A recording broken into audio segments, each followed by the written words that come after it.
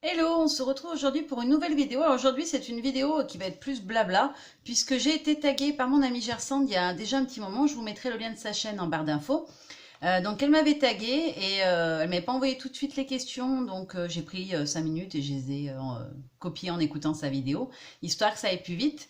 Et puis voilà, j'étais pas encore très à l'aise, donc j'ai attendu un petit peu. Maintenant, je me sens un petit peu mieux à l'aise de vous parler. Donc voilà, je vais répondre à son tag et puis voilà, je taguerai personne à la fin si certaines de mes abonnés ont envie de le faire, voilà, pour qu'on en sache un peu plus sur leur scrap, leurs habitudes, etc. de scrap. Voilà, voilà, avec plaisir, mais je ne veux pas obliger quelqu'un à le faire, parce que si la personne ne se sent pas à l'aise de le faire, voilà, je ne veux pas qu'elle se sente contrainte. Donc, première question, depuis quand fais-tu du scrap? Alors, j'ai commencé le scrap en 2007. Oui, en 2007, mais je scrapais pas régulièrement, c'est-à-dire que j'ai commencé par en faire un petit peu. J'avais très peu de matériel, donc je scrapais de temps en temps. Et puis l'année avant la naissance de mes filles, donc en 2011, j'ai commencé à scraper un petit peu plus, à m'acheter un petit peu de matériel, à investir un peu plus dedans. Et après, c'est devenu quelque chose de très habituel, je dirais, de régulier en tout cas. Je scrapais au moins un jour sur deux et essentiellement le week-end quand je travaillais, quand j'avais des périodes d'inactivité, voilà, je scrapais quasiment tous les jours. Là en ce moment, je suis maman au foyer depuis un an, donc je scrape beaucoup plus. J'achète aussi beaucoup plus de matériel parce que maintenant j'arrive à savoir ce que je veux et ce que je veux pas. Du coup, j'ai pas mal de matériel que j'ai trié. Alors je sais pas, peut-être si ça vous intéresse, je peux faire une vente sur ma chaîne ou bien je le ferai sur un groupe Facebook, je sais pas encore. Je vous mettrai l'info quand j'aurai décidé, histoire que si certaines d'entre vous sont intéressés par du matériel, sachant qu'il y aura du neuf et de l'occasion dedans, parce qu'il y a des choses que je n'ai jamais utilisées. Donc voilà, je vous ferai passer l'info quand je saurai comment je vais procéder. Ensuite, question 2. Comment as-tu découvert le scrap? Alors, c'est ma sœur, entre guillemets, parce que c'est ma belle-sœur, la compagne de mon frère, que je considère donc comme ma petite sœur, qui m'a fait découvrir le scrap. Elle m'en a parlé un jour. Donc, j'ai toujours aimé les loisirs créatifs, hein. J'ai toujours fait plein de choses manuelles, mais je connaissais pas du tout le scrap, ni la carterie même. J'en avais déjà vu, mais enfin, je les achetais toutes faites, je veux dire. Donc du coup, elle m'a parlé de ça, je me suis renseignée, j'ai été voir sur internet, j'ai acheté des magazines et voilà, je suis tombée amoureuse du scrap et voilà, du concept. Alors, excusez-moi, que préfères-tu dans le scrap? Alors, ce que j'aime bien dans le scrap, c'est le côté partage, dans le sens où voilà, je trouve qu'il y a vraiment une belle communauté de scrapeuses, que les gens partagent des techniques, des astuces, des habitudes de scrap. Donc ça, c'est quelque chose que j'aime beaucoup, ce concept de partage, d'écoute, etc. J'aime beaucoup aussi le fait que ça soit un moyen de transmettre aux générations suivantes, voilà, tout ce qu'on a vécu durant notre vie. Moi, je le fais essentiellement pour que mes filles, plus tard, puissent le montrer à leurs propres filles ou fils, peu importe ce qu'elles auront. Voilà, qu'elles puissent transmettre et dire voilà ce qu'on faisait avec maman et papa et ainsi de suite sur les générations futures. À quel moment scrapes-tu? Alors, avant, quand j'étais au travail, comme je bosse dans le milieu de l'animation et que je travaille avec des horaires un petit peu biscornus et pas très fonctionnels, dirons-nous, je scrapais essentiellement le soir. Sauf que je trouve que le soir, la luminosité est pas terrible et du coup, ben voilà, on perd en qualité, les couleurs, on les distingue moins bien. Du coup, j'ai plutôt l'habitude maintenant que je suis à la maison, ce qui va d'ailleurs changer très bientôt, de scraper le matin. Je trouve que c'est là que la luminosité est la meilleure dans mon atelier, donc j'aime bien scraper le matin ou en fin d'après-midi quand c'est l'été, parce que là il fait trop chaud l'après-midi dans mon atelier. Là j'ai ouvert pour faire la vidéo, mais c'est même si le soleil tape plus directement, il fait beaucoup trop chaud. Je vais refermer dès que j'aurai fini de filmer quoi.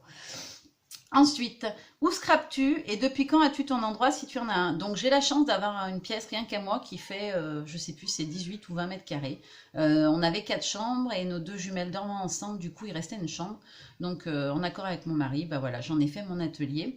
Auparavant, dans mon ancien logement, j'avais aménagé une partie en fait de mon salon salle à manger en cloisonnant avec des meubles et des bibliothèques. J'avais fait un petit coin, mais c'était franchement pas pratique. Il y avait très peu de lumière, donc je pouvais pas vraiment travailler correctement.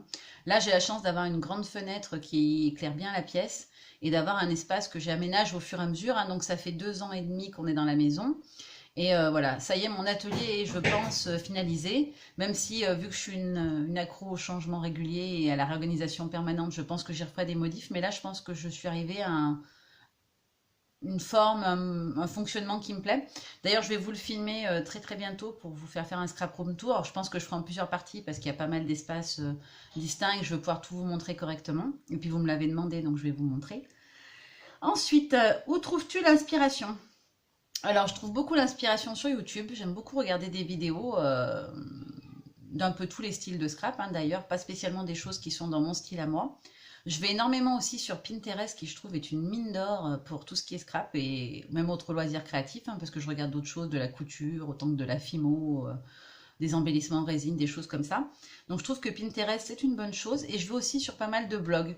Alors souvent ce sont des blogs sur lesquels je vais étape par étape, je dirais, c'est-à-dire que j'ai des amis sur Facebook scrapeuses ou sur Instagram, quand elles mettent le lien vers l'article sur leur blog, j'aime bien aller voir parce que souvent dans les articles, on a du coup le descriptif des produits utilisés et c'est quelque chose que j'aime beaucoup et que je fais d'ailleurs sur mon propre blog parce que je trouve que c'est important de savoir ce que la personne a utilisé parce que des fois on se dit ah bah j'adore ce qu'elle a fait, le rendu est trop beau mais on ne sait pas comment elle l'a obtenu.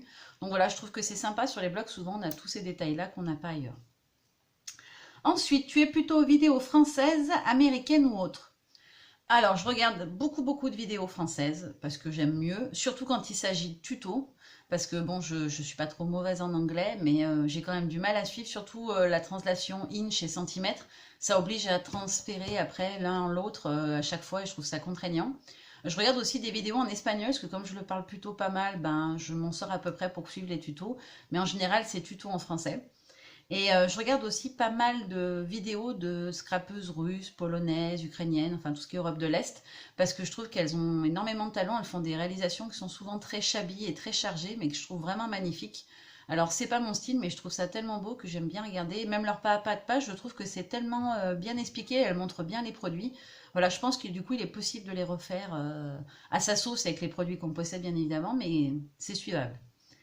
Ensuite, mon magazine de scrap préféré.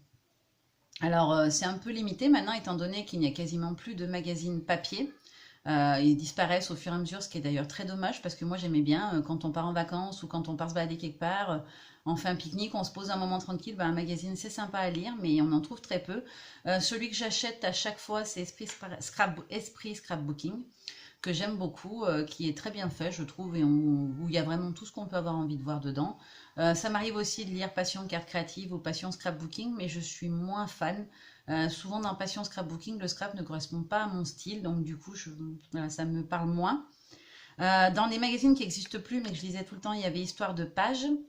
Et un peu plus vieux, Entre Artistes, qui était un magazine plus axé mix média et que je trouvais vraiment génial et qui malheureusement a disparu il y a déjà quelques années, mais qui était vraiment top. Sinon, je vous conseille en magazine, mais il est sur Internet uniquement, c'est le Liberty Scrap géré par Christelle B, qui est vraiment top. Vous pouvez le trouver sur Facebook, il doit y avoir un groupe ou une page Liberty Scrap Magazine. Et après, vous avez le lien, c'est un document PDF. Le magazine est vraiment super bien, il y a plein d'inspi, il y a plein de tutos, il y a plein d'astuces, je le trouve vraiment bien fait. Ensuite, as-tu un blog? Alors oui, j'ai un blog qui s'appelle Céliscrap. Alors faire attention parce qu'il y en a deux, Céliscrap. J'ai pas un prénom courant, mais pourtant il y en a une autre.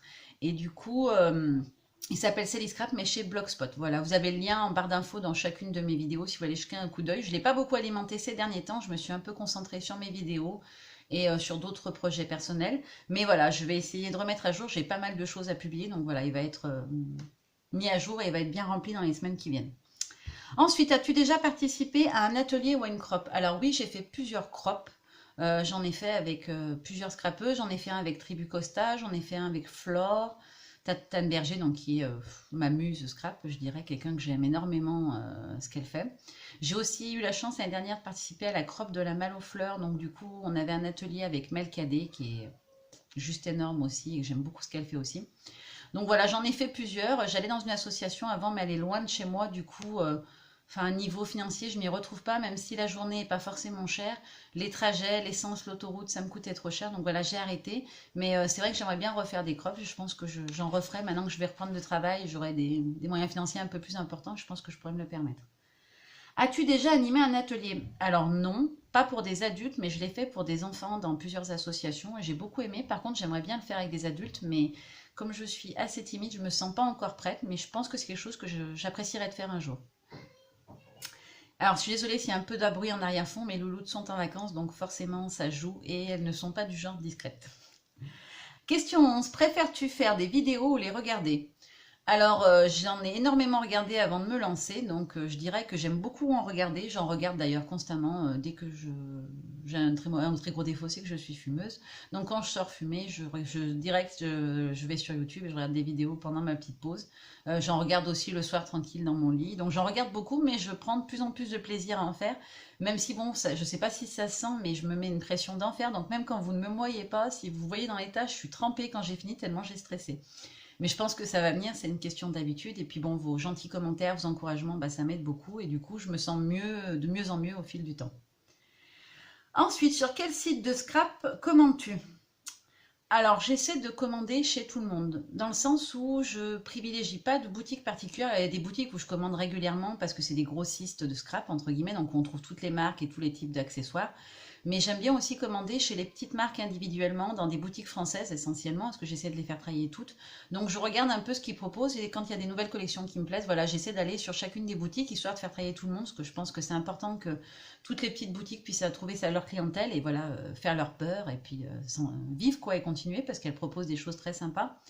Donc en grossiste français, je vais bien chez Cartostrap que j'aime beaucoup. Euh, J'aime beaucoup leur équipe créative aussi, ce qu'elle propose, que ce soit les challenges ou les choses comme ça, j'adore.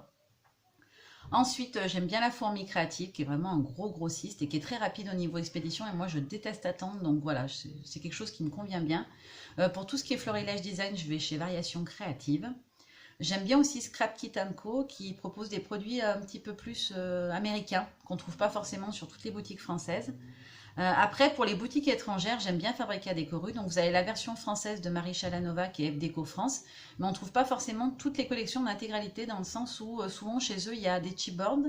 Donc, il y a une collection de papier en 30,5, la même en 20 par 20. Et ensuite, on a les chipboards, les badges, les die cut, les planches à découper et les planches de stickers. Et sur la boutique, les 2 ou 3 collections qui me plaisaient, je les avais pas en entier. Il me manquait des éléments. Et comme c'est pour faire des gros albums sur mes filles quand elles étaient bébés, je vais les commander directement chez Fabrica Décoru pour avoir l'intégralité, puisque comme c'est le fabricant, il les a. Je commande aussi chez Lemon Craft, donc qui est une marque polonaise, je crois, ou ukrainienne, quelque chose comme ça, donc qui propose des collections de papier aussi avec pareil, plein de petites choses à côté, badges, etc. Donc j'ai commandé direct chez eux parce que sur les boutiques où je la trouvais en France, j'avais que les papiers basiques et pas les papiers. Ils font une collection où il y a des basiques, donc c'est des papiers dans des faux unis d'une certaine couleur. Et on a la collection de papiers assortis où il y a les motifs dessus. Et je trouve ça sympa parce que ça permet de faire les fonds de page et d'avoir les autres pour décorer en fait. Et après, qu'est-ce qu'il y a d'autre? Alors j'aime bien pour tout ce qui est Mix Media Place en Irlande. Par contre, les frais de port sont assez chers, donc j'y commande pas souvent. Pour les boutiques américaines, je commande uniquement chez scrapbook.com. Alors c'est une douzaine de jours en moyenne, maximum, minimum pour recevoir. Mais ils ont pas mal de choses sur leur site et ils font souvent des promos intéressantes. Et j'aime aussi beaucoup Blitzy, que j'ai découvert il n'y a pas très longtemps, où il y a beaucoup de choix, notamment au niveau de tout ce qui est Happy Planner, Planner tout court, Project Life, etc. Ils ont beaucoup de choix, je trouve. Les frais de port sont gratuits, même si c'est vers la France, à partir de 40 euros. Donc je trouve que c'est intéressant parce qu'on en a vite pour 40 euros, surtout si vous achetez un Happy Planner comme c'était le cas pour moi à ce moment-là. On est déjà sur une vingtaine d'euros pour le planner, donc voilà. Ils font souvent des réductions, notamment sur les distress, qui sont très intéressantes. Voilà, donc ça peut vous servir. Après, pour tout ce qui est petites marques françaises, j'aime beaucoup Graffiti Girl. Shoe and Flower, je les trouve magnifiques et puis vraiment ils sont différents de tout ce qu'on peut trouver sur le marché. J'aime beaucoup aussi Simply Graphic pour les dies, ils font des dies d'une finesse hallucinante. Alors par contre c'est cher, hein, faut être honnête, c'est des petites boutiques donc les prix sont pas donnés. Et j'aime beaucoup aussi la boutique Fort en Scrap, voilà. Alors chez eux j'ai jamais commandé en ligne, j'achète toujours sur les salons, mais pareil ils sortent souvent une collection complète avec des tampons, les dies assortis, etc. Et je trouve ça vraiment sympa. Sachant qu'ils font aussi, je crois, les feutres à alcool et les collections de papier assorties à la thématique tampons et dice qui sortent pour chaque saison. Je pense que c'est tout, on va s'arrêter là, même s'il y en a encore beaucoup d'autres, la fée du scrap, etc. Mais si je vous les dis toutes, on en a pour 1 heure de vidéo. Ensuite, as-tu des magasins près de chez toi? Alors, boutique physique, j'en ai pas. J'habite en campagne et là où je suis, il n'y en a pas à proximité, c'est loin. Et à part Action, voilà, je n'ai pas de boutique, mais Action, c'est une boutique, c'est plus un généraliste, un grossiste bazar, donc voilà, j'ai pas de boutique scrap physique. Es-tu dans un forum de scrap? Alors oui, je vais sur plusieurs forums. Je vais notamment sur le forum Made in Scrap que j'aime beaucoup, où les membres de l'ADT, c'est des gens que j'aime bien, avec qui j'ai déjà eu travaillé ou autre dans mes DT, enfin dans ma DT, et dans l'autre aussi d'avant. Et ensuite, j'aime bien le forum Scrap Opus. Donc, l'équipe est faite de scrappeuses que j'adore et que je suis énormément sur les réseaux sociaux, notamment Caroline Eliam, Valérie Wallet, qui sont pour moi des scrappeuses énormes. Et du coup, elles ont un forum, c'est un forum boutique où vous pouvez trouver des articles de scrap à des prix très très honnêtes, je trouve. C'est expédié du Canada, donc c'est parfois un peu long, mais je trouve le concept du forum boutique très sympa. L'équipe est très accessible, ils proposent tous les mois des défis, mais aussi des chroniques pour présenter des produits. Donc les nouvelles collections qu'elle reçoit, les nouveaux produits qu'elle reçoit sont testés par les membres de l'équipe. Ça vous permet de voir ce que vous pouvez en faire avant de l'acheter, et ça, je trouve ça top. Et en dernier, je vais bien aussi sur le forum du Créa Blabla. Voilà. Alors, il y en a d'autres où je vais de temps en temps comme ça, mais j'ai quasiment arrêté tous les autres parce que c'est impossible de suivre. Moi qui aime faire des challenges sur des blogs déjà de challenges et de défis, cumuler je ne sais pas combien de forums, je ne trouve pas ça judicieux parce que du coup, on ne prend pas assez de temps pour chacun. Ensuite, que prévois-tu d'acheter dans les mois qui viennent? Alors, j'ai été très gourmande entre les versions Scrapari et Scrapin et j'ai refait quelques petites commandes, enfin petites entre guillemets, que vous allez voir là au fil des semaines jusqu'à mi-août, puisque j'y ai dispatché sur plusieurs vidéos parce qu'il y avait pas mal de choses. Donc, j'ai pas d'achat prévu vraiment. Je pense que je vais compléter les collections de nouveaux. Vous allez voir dans mes prochains hauls que j'en ai acheté les nouveaux Crystal Drop. Donc, ce sont les petits flacons comme ceci. J'ai trouvé ça vraiment génial pour faire les dots, un vrai coup de cœur, je les trouve super faciles d'utilisation et du coup je pense qu'en plus des quelques-uns que j'avais pris pour tester, je vais compléter ma collection parce qu'ils sont top. J'aimerais bien aussi m'acheter certains des nouveautés de chez Shoe and Flowers sur le thème de l'été qui sont vraiment magnifiques. Alors je m'étais fait un pense-pavette, qu'est-ce que j'ai oublié? Ah oui, et au Papa Noël je vais demander une nouvelle Big Shot parce que la mienne elle a 8 ans et demi, presque 9 ans. Elle a du mal avec la manivelle. Mon mari me l'a démontée, m'a détordu la manivelle, parce que le problème c'est que souvent les manivelles se tordent. Mais bon, elle est voilée et du coup elle mouline pas très bien, même si je m'en suis acheté une mini en attendant. Voilà, je pense qu'au Père Noël je vais demander la grosse, la A4. Ce qui me permettra d'avoir la petite sur mon bureau pour tout ce qui est petite découpe et la A4 sur mon deuxième bureau. Ce que vous voyez là, juste là sur le côté, j'ai un deuxième plan de travail. Elle sera posée là, histoire de ne pas me gêner dans mon scrap.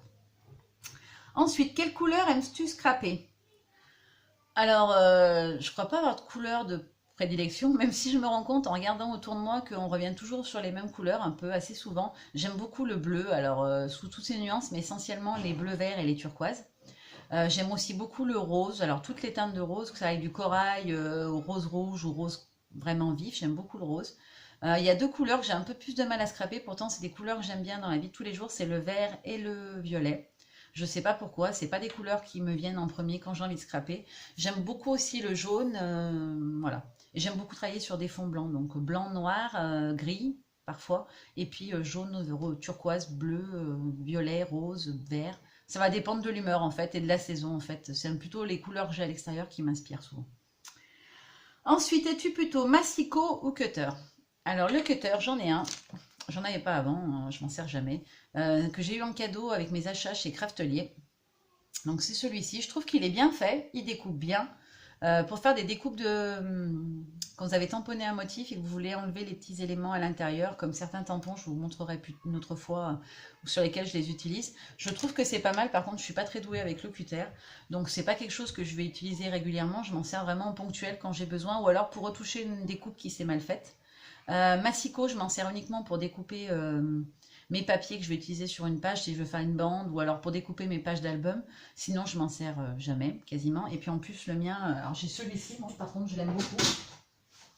C'est celui de chez Fiskars. Alors, il n'est pas récent, hein, je l'ai depuis énormément d'années aussi. Il est plutôt pas mal fait. La bandelette se découpe, donc on obtient jusqu'à 30 cm et demi, hein, c'est le maximum. Il y a les mesures dans tous les sens, à tous les endroits. Il est plutôt pas mal. Par contre, j'ai un peu de mal quelquefois à retrouver les lames de rechange. Alors, j'ai pas les lames, il fait pliage aussi, mais j'ai pas ça. Moi, j'ai que la version découpe. Je plie avec le dos d'un cutter en général. Donc, le cutter me sert là, par contre. Oui, mon gros cutter me sert pour faire marquer mes plis.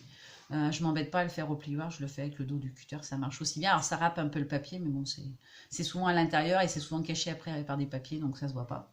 Sinon, moi, je suis une accro du ciseau. Alors, je ne découpe qu'avec des gros ciseaux. Alors, ça fait rire tout le monde quand je suis en atelier ou quand je suis avec du monde.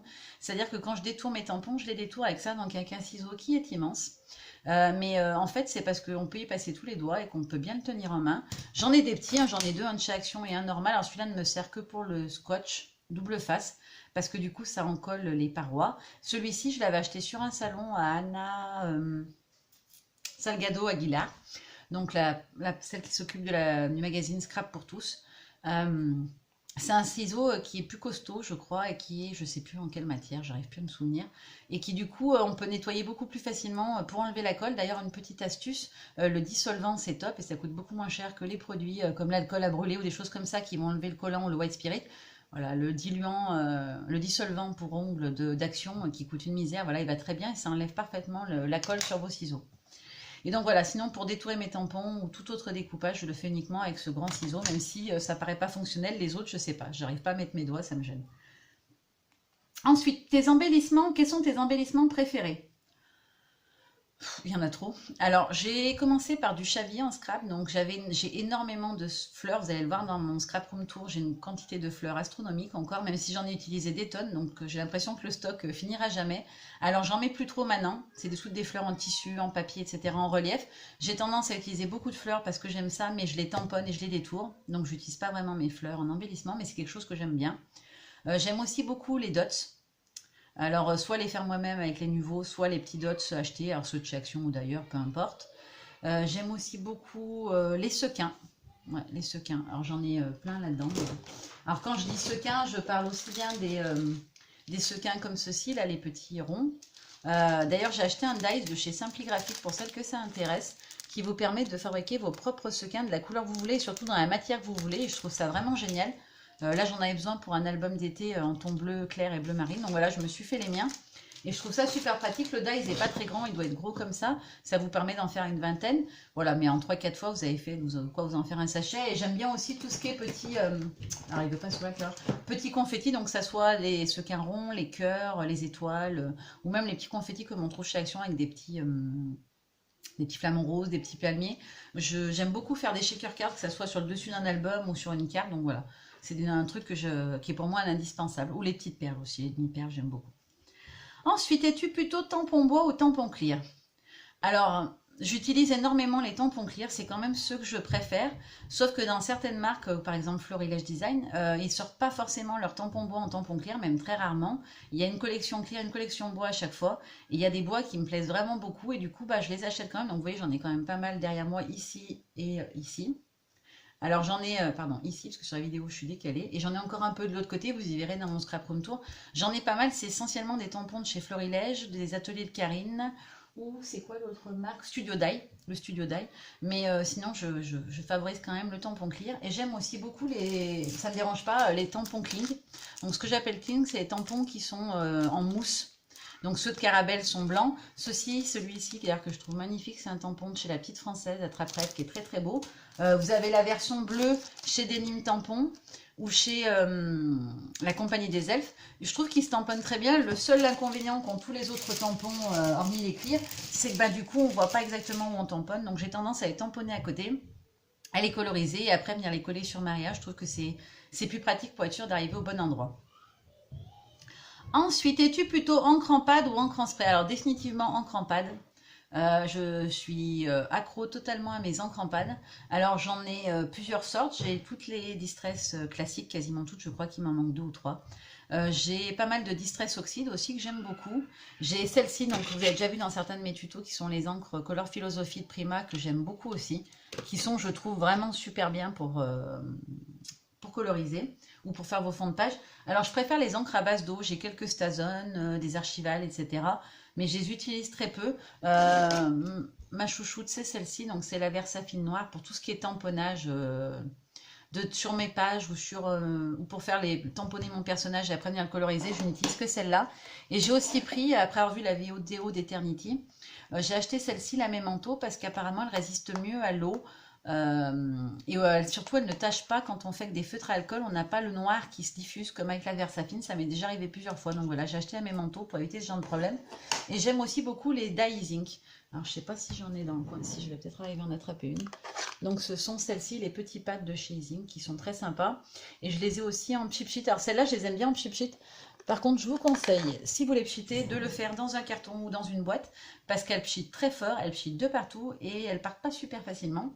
J'ai dans mes meubles derrière moi, donc là, juste en dessous, où est mon doigt là, juste en dessous, j'ai des encres en spray, j'en ai un plein tiroir, mais je vous avoue que je les utilise pas très souvent.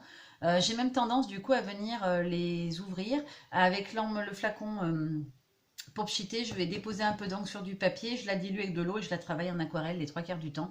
Je m'en sers pas vraiment en pchit, ou alors exceptionnellement ça peut arriver. Je les ai beaucoup utilisées au début, donc elles sont toutes bien entamées, mais c'est vrai que maintenant je les utilise quasiment plus, sauf exception. J'aime bien celles de chez Trésarts, qui sont des encres craie, je crois que c'est des châles qui me semble le nom, et qui du coup font un effet craie un peu, et notamment quand on fait du mix média et qu'on travaille sur un fond gesso noir, ça ressort super bien et c'est très joli, voilà, mais c'est les seuls que j'utilise encore assez souvent.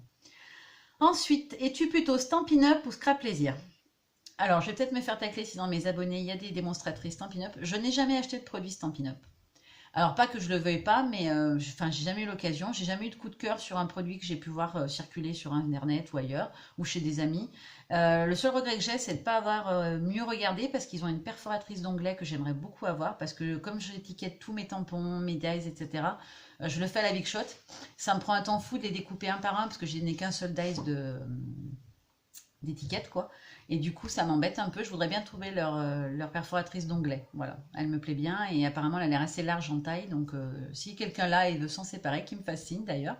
Je suis preneuse. Et Scrap Plaisir, j'aime assez. Le seul truc qui m'embête, c'est qu'il faut passer par une démonstratrice, il me semble. Et ça, c'est un truc voilà, qui n'est pas très fonctionnel pour moi, parce que vu que j'ai pas d'autres scrapeuses à proximité et que je suis en campagne, pour trouver quelqu'un qui veuille le venir ici, bah déjà, il faut qu'elle ait envie, la démonstratrice, même si je sais qu'il y en a des pas très loin. À mon avis, il va falloir que j'aille dans une grande ville près de chez moi. Et près de chez moi, ça sera quand même pas mal de kilomètres. Donc voilà, je ne l'ai pas fait. Par contre, j'en ai acheté en salon. Le seul truc qui m'a un peu embêté, les tampons étaient super beaux, ils sont d'excellente qualité, mais ils étaient vendus en lot, c'est-à-dire que c'était une nouvelle collection qui était partagée en deux. Donc il y a des tampons dans les deux lots qui me plaisaient, j'ai pris celle où il y en avait le plus qui me plaisait, mais on ne pouvait pas les acheter au détail, et ça je trouve ça un peu dommage. Au moins sur les salons, je pense qu'ils pourraient vendre au détail, et que du coup ça leur amènerait de la clientèle sur les ventes à domicile, parce que du coup les gens en auraient acheté, les testeraient et peut-être apprécieraient la qualité et les achèteraient plus facilement. Enfin, ce n'est que mon avis, mais voilà. Petit conseil, si vous êtes démonstratrice Scrap Plaisir, faites passer l'info, ça serait bien qu'on puisse en acheter en direct un peu plus. Ensuite, donc la dernière question, j'espère que je n'aurai pas été trop longue, c'est: as-tu une machine de découpe? Alors oui, j'en ai deux. Alors j'ai une Big Shot classique, comme je vous l'ai dit, qui est vieille et qui va devoir être changée. Et j'ai aussi, alors elle est juste derrière moi, vous allez la voir. C'est dur de viser en fait. Elle est là, donc c'est ma Cameo 2. Je l'ai depuis 5-6 ans, j'en suis très contente. Alors j'ai mis un moment à l'utiliser, je l'avoue. Je ne comprenais pas tout le fonctionnement de la machine. C'est pas compliqué en réalité du tout. Prenez pas peur si vous avez en acheter une. Moi j'ai la 2, hein, j'ai pas la toute dernière qui est la Cameo 3. J'ai une Cameo format 30,5. Il existe aussi un petit format qui est portrait, il me semble. Elle s'appelait à l'époque où je l'ai acheté. Donc il permet de faire des découpes 1 à 4. Moi je l'avais prise parce que je voulais pouvoir, sur un fond de page par exemple, quand on travaille en mix média, pouvoir mettre un grand motif et l'avoir du coup qui ressort en relief sur le fond de ma page. Et puis, il y avait pas mal d'écriture, de mots. Alors, j'ai un abonnement sur le store Silhouette. Je crois que je paye, si je dis pas de bêtises, une vingtaine d'euros par mois, 22, je crois. Alors, l'année dernière, j'avais payé moins cher parce que j'avais fait au moment des soldes, donc du Black Friday. J'avais resouscrit pour un an à ce moment-là et du coup, j'avais payé que 17 euros par mois. Là, je l'ai fait trop tard. J'ai un problème avec mon ordinateur qui est vieux et qui ne fait pas les mises à jour correctement. Du coup, mon store Silhouette ne fonctionne pas tout le temps. Et du coup, j'avais loupé l'occasion. Et avec 23 euros d'abonnement par mois, j'ai 500 euros d'achat sur le site. Sachant qu'un motif de découpe sur le site, on est entre 48, je crois, quand c'est en promo, même un peu moins, et 90 centimes d'euros le motif. Sachant qu'il faut aussi avoir des alphabets complets pour pouvoir après faire des titres, des choses comme ça, des écritures de texte, quoi, de mots ou de phrases. Vous pouvez acheter des polices d'écriture qui sont en moyenne à 2,79 €, il me semble. Et vous avez aussi des kits, vous pouvez acheter, c'est comme une page A4, je vous le dirai pour faire court, où dessus vous avez tout plein de die cut en fait d'une collection. Vous pouvez aussi avoir des papiers à imprimer. Je ne me rappelle plus comment ça s'appelle, mot. Il y a des motifs en fait qui sont faits pour être juste imprimés. Donc vous avez la fonction impression. Elle envoie sur votre imprimante le mot document. Vous l'imprimez, vous le remettez dans votre Cameo et ça vous fait la découpe autour du motif que vous avez imprimé. Alors vous pouvez aussi créer vos propres motifs, créer des pochoirs, ce que je trouve génial. C'est essentiellement pour ça que je l'ai voulu. Donc par exemple, ça c'est un masque que j'ai fait. Je ne sais pas si vous allez bien le voir. Donc en fait, c'est des cercles avec certains sont vides, derrière certains ont juste l'étoile. Donc il est assez grand, il doit faire 20 et quelques par 25 par 25, il me semble. J'avais fait celui-ci aussi avec les petits cercles, comme des engrenages en fait, qui s'imbriquent les uns dans les autres. Alors celui-là, il est un petit peu plus petit. J'en avais fait un autre en 20 et quelques par 20 et quelques aussi, où ça fait, vous savez, comme un peu les feux d'artifice. Alors j'en ai fait pas mal, hein, je crois que j'ai dû en faire une trentaine. Je m'en fais régulièrement quand il y a un motif que j'ai envie d'avoir en pochoir, je me le fais. Sachant que vous pouvez aussi, avec des images libres de droit, vérifiez bien qu'elles le sont avant quand même, mais avec des images libres de droit sur Internet, vous pouvez reprendre les motifs et vous en servir pour faire une forme de pochoir ou une forme de découpe. Hein. Avec la vectorisation, vous pouvez choisir n'importe quelle image et la transformer en découpe ou en pochoir. Voilà, selon si vous prenez le contour ou les détails. Voilà, donc c'est tout pour cette vidéo. Je vous fais de gros bisous et je vous dis à très bientôt. Bye bye!